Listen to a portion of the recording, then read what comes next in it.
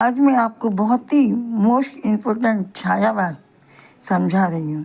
ये छायावाद बहुत आईएमपी रहता है और इसको कविता के माध्यम से बहुत इजी ढंग में मैंने बनाया है ताकि आपको जल्दी से याद हो जाए।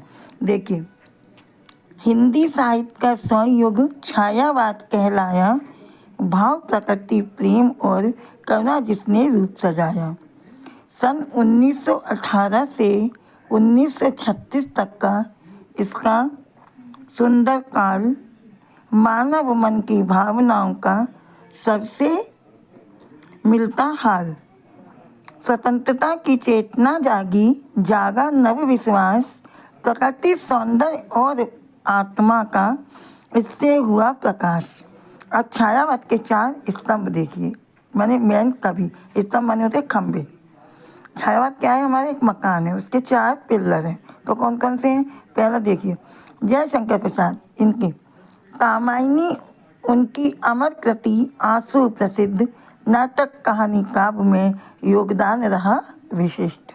सुमित्रानंद पंत, पल्लव ग्राम्य युगांत जैसे रचे काव्य महान, प्रकृति चित्रण में श्रेष्ठ थे बनाया हिंदी का मान। सूर्यकांत त्रिपाठी निराला, परिमल अनामिका सरोज स्मृति रचनाएं अनुपम थीं, नव चेतना के कवि निराला हिंदी की गरिमा थी।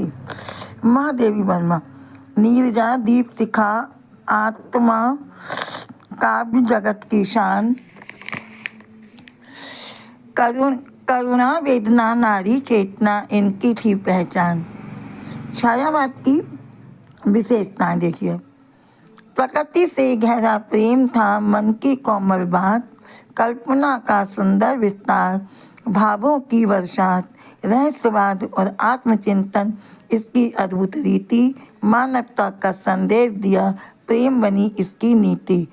छायावाद का योगदान, हिंदी काव्य की नई दिशा दी, बढ़ा दिया सम्मान, खड़ी बोली को काव्य भाषा का दिलवाया उच्च स्थान, भाव पक्ष को किया समृद्ध, भाषा हुई महान, छायावाद के रूढ़ियों ने बनाया हिंदी का मान।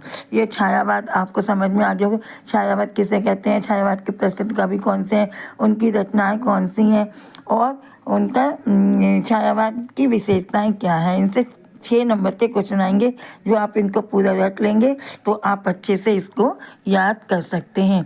मैंने छायावाद ये अपने स्वयं के शब्दों में लिखा है, ये आपको कहीं भी कोई भी बुक में उपलब्ध नहीं हो सकता है। अच्छा लगे तो लाइक करें, सब्सक्राइब करें। धन्यवाद।